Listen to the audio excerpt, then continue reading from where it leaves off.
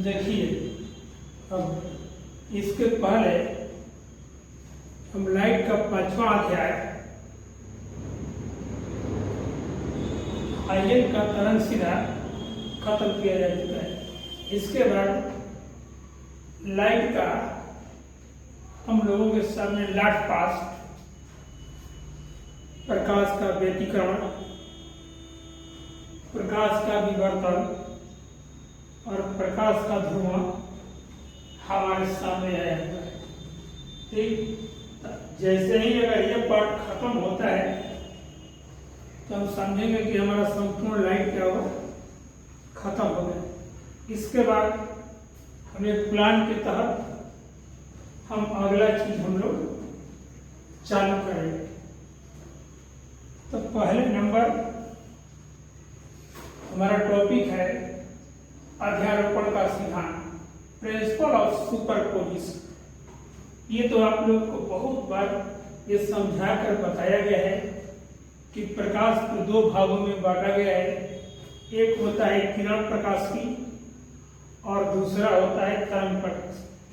किरण प्रकाश की के गुण दोषों को सारा चीज हम लोग पढ़ चुके हैं।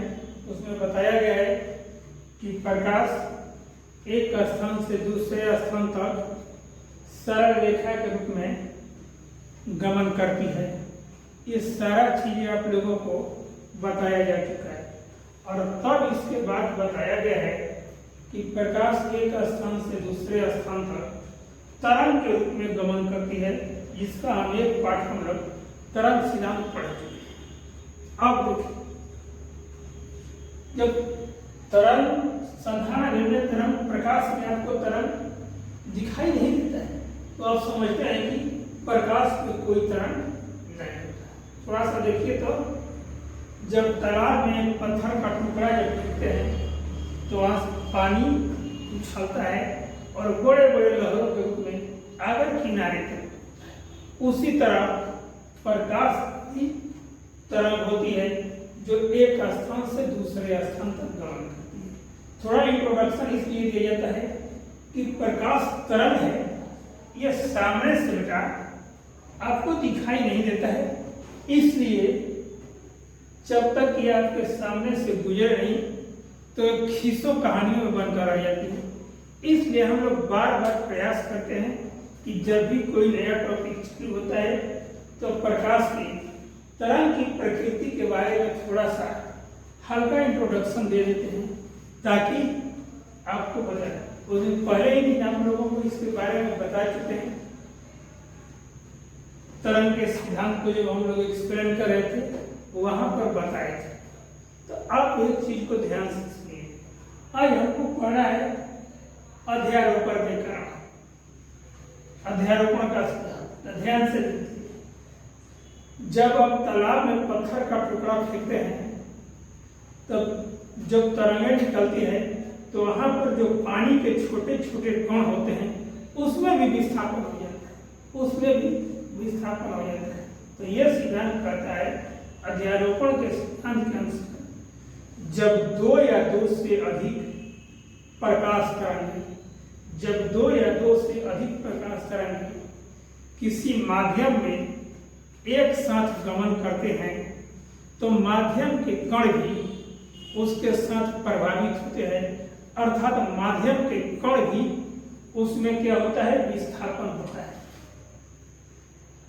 तो उन दोनों तरंगों चाहे जितने भी उनका परिणामी विस्थापन जो होता है अवाई कणों के विस्थापनों के जोगफल के बराबर होता है। मान लिया कि अगर दो कण वहां पर रखा गया है तो अगर दोनों कण को अगर रखा गया है, अगर एक बार उस कण का विस्थापन y1 वेक्टर है और दूसरे का विस्थापन y2 वेक्टर है तो परिणामी विस्थापन कितना हो जाएगा, y equal to y vector equal to y1 vector plus कितना हो जाएगा, y2 वेक्टर।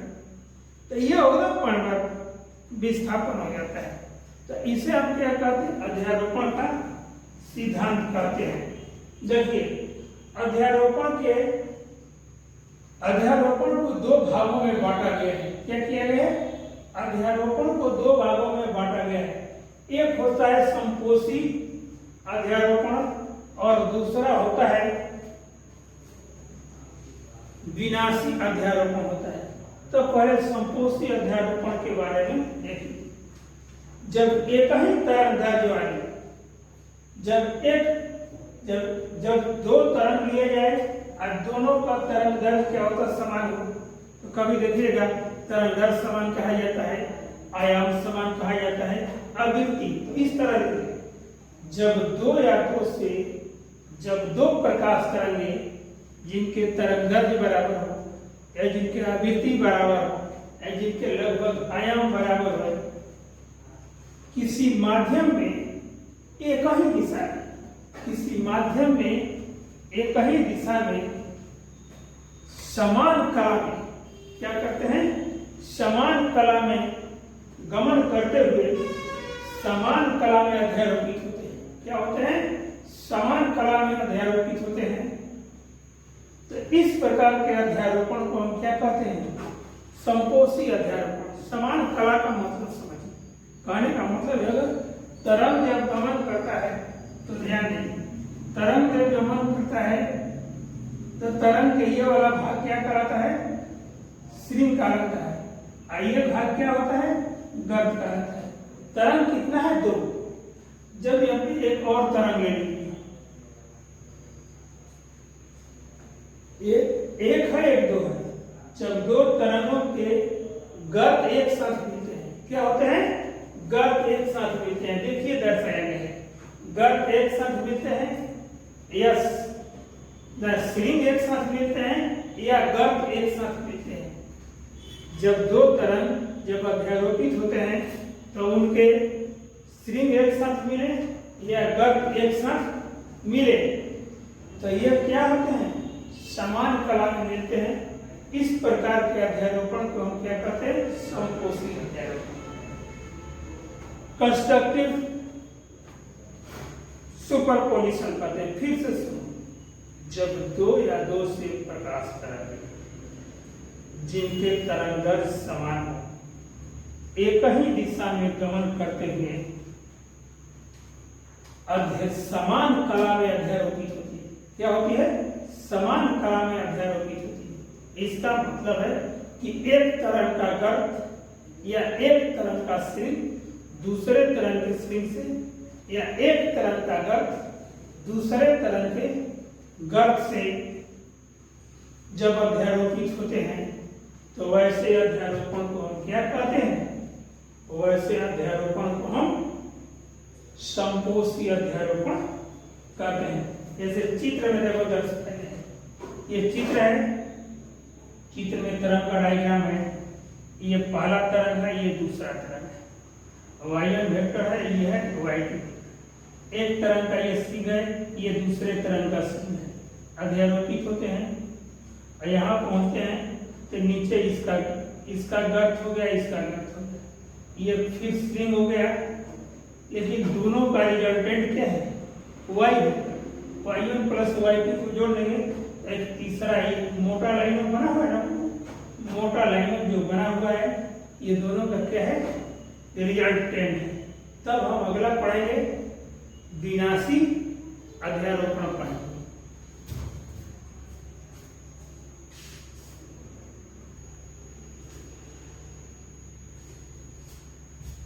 अब देखिए, एक है ये, अब दूसरा चीज है और एक है विनाशी अध्यारोपण। क्या है, विनाशी अध्यारोपण। और विनाशी अध्यारोपण में क्या होता है कि एक तरंग का गर्भ, देखिए ये फर्स्ट सेकेंड, ये फर्स्ट का ये ओमेगा क्या है, ये वाला ऊपर वाला पोर्शन सिंग कहलाता है। क्या कहलाता है, सिंग। और ये सेकेंड का क्या होता है, गर्भ। जब समान तरंगदैर्घ्य की दो प्रकाश तरंगे, जब समान तरंगदैर्घ्य की दो प्रकाश तरंगे किसी माध्यम में गमन करते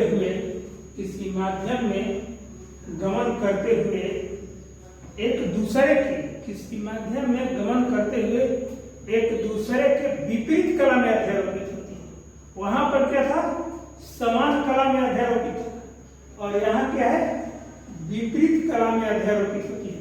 कहने का मतलब है कि एक तरंग का स्विंग दूसरे तरंग के गर्त से या दूसरे तरंग का गर्त एक तरंग के स्विंग से। कहने का मतलब कि जहां पर मिलती हो वहां पर एक तरंग का गर्त होना चाहिए तो दूसरे तरंग का स्विंग, या चाहे दूसरे तरंग का स्विंग होना चाहिए तो पहले तरंग का गर्त होना चाहिए। इस दशा में मिलती है तो वहां पर विपरीत कला कहलाती है। क्या कहलाती है, विपरीत कला में मिलते हैं तो इस तरह के अध्यारोपण को हम क्या कहते हैं, विनाशी अध्यारोपण कहते हैं। इसमें परिणामी विस्थापन y बराबर y1 वेक्टर, ऊपर वाला y1 वेक्टर हो जाएगा विस्थापन, और नीचे है तो कितना हो जाएगा, माइनस y2 वेक्टर। यहाँ पर कितना y वेक्टर बराबर y1 vector minus y2 vector, इसका विस्थापन होगा। अब पहले वाला में क्या होना चाहिए, y बराबर y1 प्लस y2 था।